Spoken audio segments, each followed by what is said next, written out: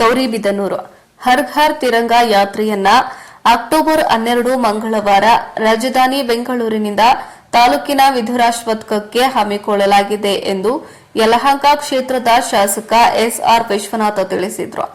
ಅವರು ನಗರದ ಪ್ರವಾಸಿ ಮಂದಿರದಲ್ಲಿ ಏರ್ಪಡಿಸಲಾಗಿದ್ದ ಪತ್ರಿಕಾಗೋಷ್ಠಿಯನ್ನ ಉದ್ದೇಶಿಸಿ ಮಾತನಾಡುತ್ತಾ, ಇತ್ತೀಚೆಗೆ ಪ್ರಧಾನಮಂತ್ರಿ ನರೇಂದ್ರ ಮೋದಿಜಿ ಅವರು ಮನ್ ಕಿ ಬಾತ್ ಕಾರ್ಯಕ್ರಮದಲ್ಲಿ ನೀಡಿದ ಸೂಚನೆಯಂತೆ ಹರ್ ಘರ್ ತಿರಂಗಾ ಯಾತ್ರೆಯನ್ನ ಏರ್ಪಡಿಸಲಾಗಿದ್ದು,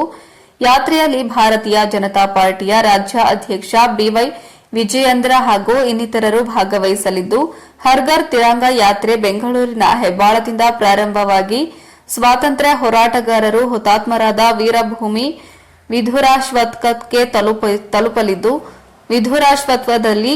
ಸಾರ್ವಜನಿಕರ ಸಮಾರಂಭವನ್ನ ಏರ್ಪಡಿಸಲಾಗಿದೆ ಎಂದು ತಿಳಿಸಿದರು. ಇನ್ನು ಸ್ವಾತಂತ್ರ್ಯ ದಿನಾಚರಣೆಯ ದಿನದಂದು ಪ್ರತಿಯೊಂದು ಮನೆಯ ಮೇಲೂ ರಾಷ್ಟ್ರಧ್ವಜವನ್ನ ಹಾರಿಸಿ ಗೌರವ ಸಲ್ಲಿಸಬೇಕೆಂದು ತಿಳಿಸಿದ ಅವರು, ತಿರಂಗಾ ಯಾತ್ರೆಯಲ್ಲಿ ಸಾರ್ವಜನಿಕರು, ಪಕ್ಷದ ಕಾರ್ಯಕರ್ತರು ಹಾಗೂ ಸಂಘ ಸಂಸ್ಥೆಗಳ ಪದಾಧಿಕಾರಿಗಳು ಹೆಚ್ಚಿನ ಸಂಖ್ಯೆಯಲ್ಲಿ ಭಾಗವಹಿಸಿ ತಿರಂಗಾ ಯಾತ್ರೆಯನ್ನ ಯಶಸ್ವಿಗೊಳಿಸಬೇಕೆಂದು ತಿಳಿಸಿದರು.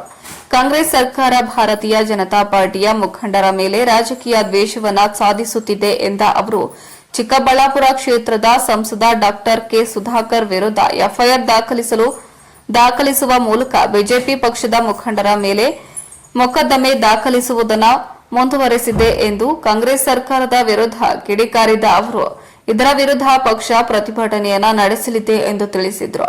ಪತ್ರಿಕಾಗೋಷ್ಠಿಯಲ್ಲಿ ದೊಡ್ಡಬಳ್ಳಾಪುರ ಕ್ಷೇತ್ರದ ಶಾಸಕ ಧೀರಜ್ ಮುನಿರಾಜು, ಮಾಜಿ ಶಾಸಕ ರಾಜಣ್ಣ, ಬಿಜೆಪಿ ಪಕ್ಷದ ಜಿಲ್ಲಾಧ್ಯಕ್ಷ ಸೀಕಲ್ ರಾಮಚಂದ್ರೇಗೌಡ, ಮುಖಂಡರಾದ ಎನ್ಎಂ ರವಿ ನಾರಾಯಣ ರೆಡ್ಡಿ, ಡಾ ಶಶಿಧರ್, ಬಾಗೇಪಲ್ಲಿ ಮುನಿರಾಜು, ರಾಮಲಿಂಗಪ್ಪ ಹಾಜರಿದ್ದರು.